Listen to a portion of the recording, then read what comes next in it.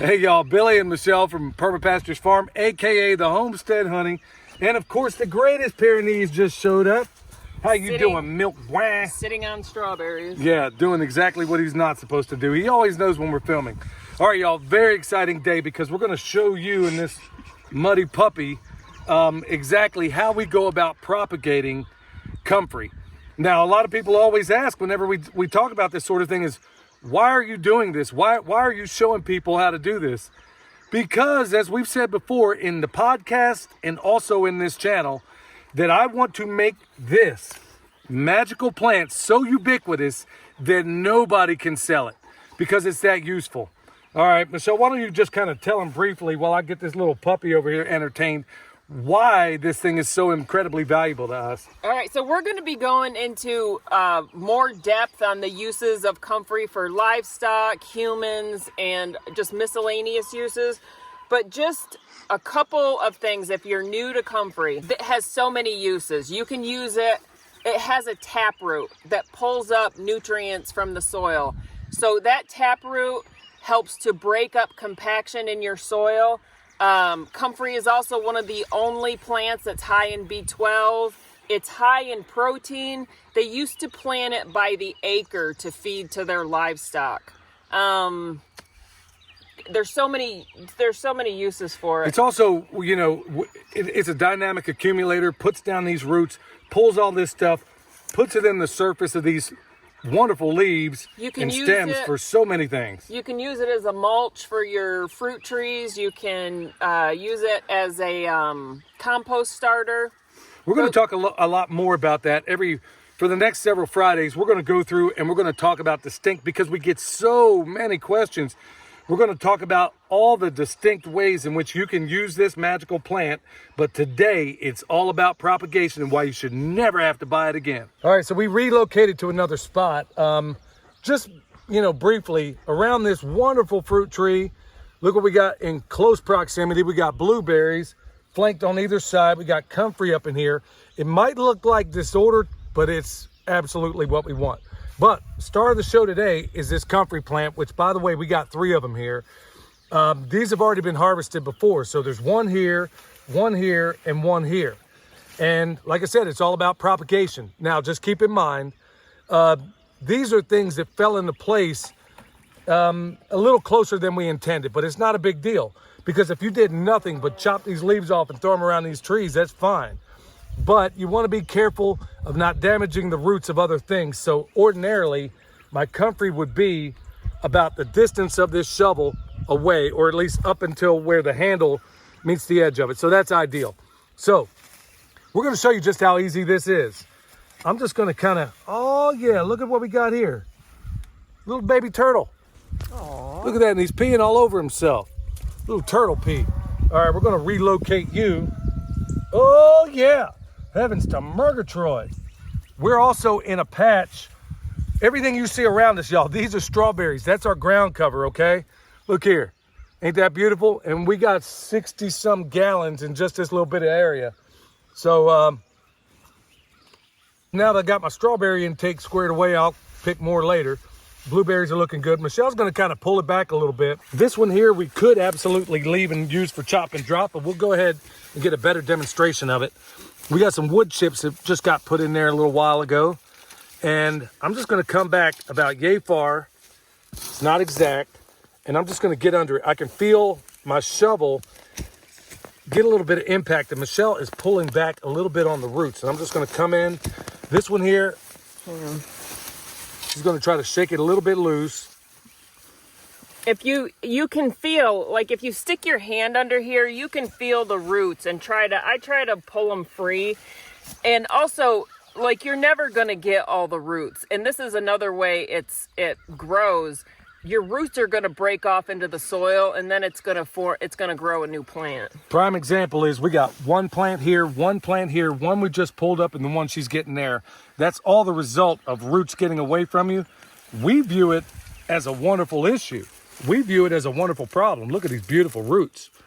Okay, just a little side note, wherever you take it up, ultimately you're going to want to remulch that, okay? All right, so we got one here, We got one here. And folks, if you think that you need to treat this thing with kid gloves, you don't. This thing is as hard as woodpecker lips in terms of how much abuse it can put up with.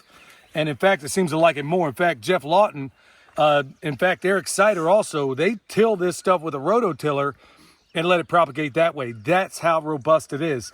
And also, there's a lot of people out there saying, oh, do you sell the kind that's invasive? No, the only way this stuff spreads is when you dig it up. Okay, so we're to that point. We got a bunch here. We got some really beautiful ones here. Now we're going to move on to the next step. One of the ways you can propagate this is to take the green part, and right here where it connects to the root, you're just going to pull this off. And then you're going to stick this in the ground or in a pot, but make sure it's deep. And then this is going to grow roots.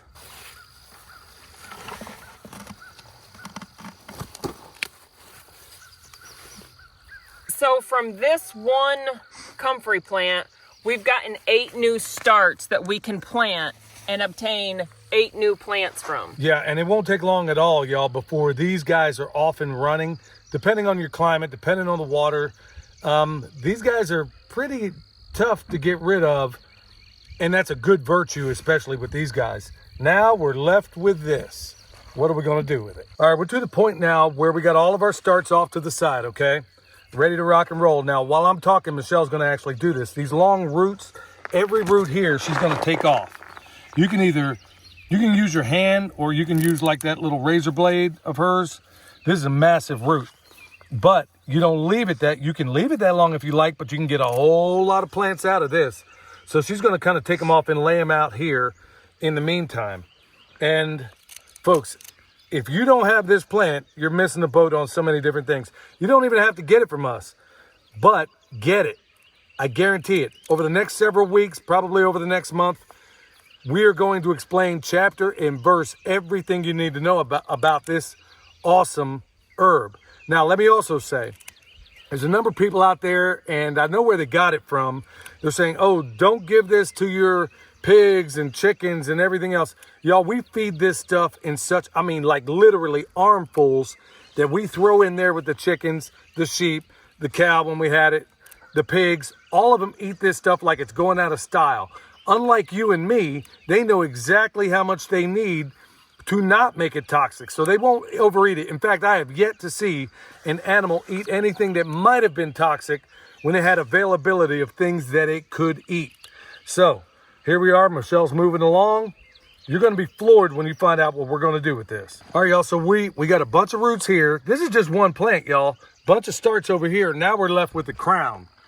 All right, Michelle, tell them what you're going to do with that. All right, so this crown can be broken up into probably 4 different sections, and you're just going to cut it. I'm just going to get it started, and then I can break it open. There's probably more roots tied up in there because they kind of intertwine among themselves. It's like a bunch of snakes in heat. So she's got those. There's a crown. She could even cut those in half, even quarter if you wanted. All right, so we'll put these 4 crowns along with these starts over here. Now we got a handful of roots. Let's talk about what we're going to do with them. All right, we got starts, we got crowns, and now we got roots, and we still haven't even done this other one yet.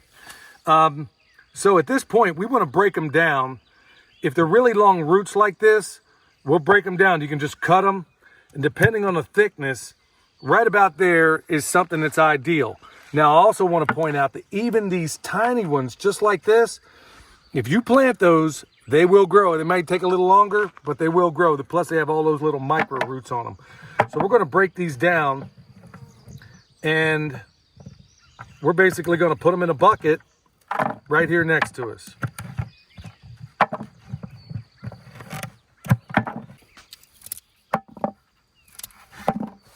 All right, this is as exciting as picking strawberries over here and eating them right on the spot, which I'm going to do a lot of. Let's take stock. This is one small, modest plant that has already been harvested twice already this year.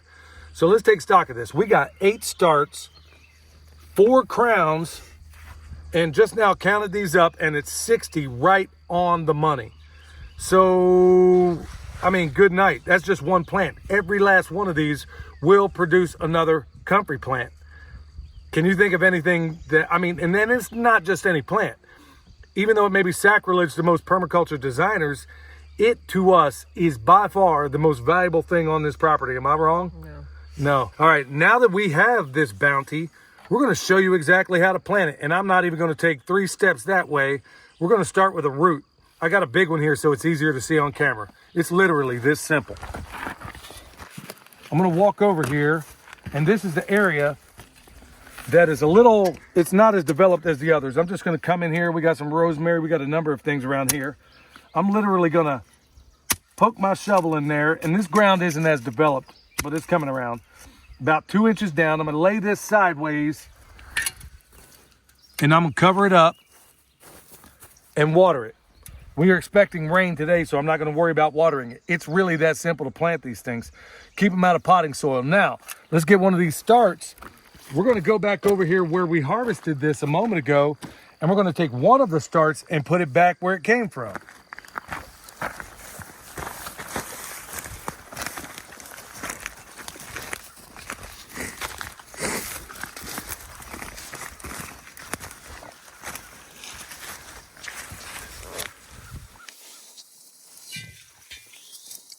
So while she's messing with this, I'm going to grab some more strawberries.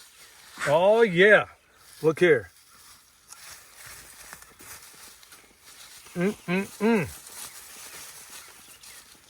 That's what I'm talking about. In fact, if you didn't, we could actually move it all the way over here if we wanted. Not a big deal. Because even the ones that are close to this tree, we're going to show you in future videos how we go about doing this. You may not want to dig it up, and that's fine. We'll show you how to deal with all that. So we got to start here. Where are we going to put the rest, honey?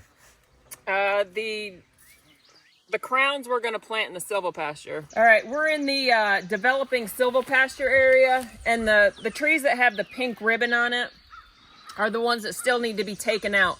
So I've been planting a bunch of crowns through this area, so we're just going to continue. So this comfrey, this soil is a little compacted, just because we were taking trees out and working in this area. So the comfrey is going to help break up this soil. So if you look at your crown, here's where the growth is. So you want to make sure you plant this up.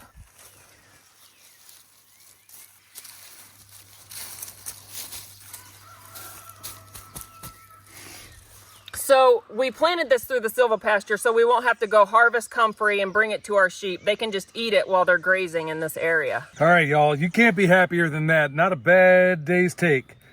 So what you gonna do? I got a bucket full of roots and my homeboys do too. You can't be... Always something, the silliest stuff will make her laugh. So this is what we got to do. Anyway, we got a bunch of starts in here. In here, I got about 100 roots because I did the other 2 comfrey plants as well. Those were tiny plants, y'all. Those are nowhere near as big as the ones we usually get out of here. And then over here, look at what we got. Think about all the things we talked about. And then, like I said, the next several Fridays, we're going to go ahead and come out and explain chapter and verse everything you need to know about this thing and maybe dispel a lot of the nonsense that we've all been told about it. All right, y'all, you know where to find us. You need any bone sauce, which, by the way, the only tree not doing well here is this black locust, which I didn't put bone sauce on. It looks like the voles got to it. Everything else seems to be doing quite well. And here we are in the food forest. We're going to talk a lot more about a lot of this stuff as the year unfolds. Till next time, y'all, this is Billy and the Homestead Honey, a.k.a. Michelle, from Perma Pastures Farm, where permaculture is my passion. It's hers too, y'all. We'll see you next time.